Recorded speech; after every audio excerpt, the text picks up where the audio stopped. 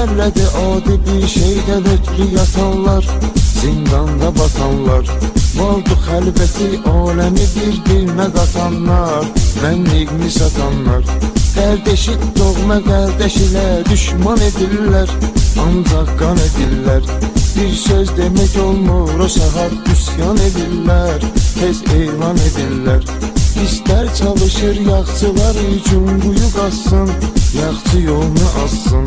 Əlbəttə pis istəməz yaxçı sözə qulaq assın, yaxçı neysə yazsın. İnsan yolun gedən yenə insanlığın eləyir, oğlanlığın eləyir.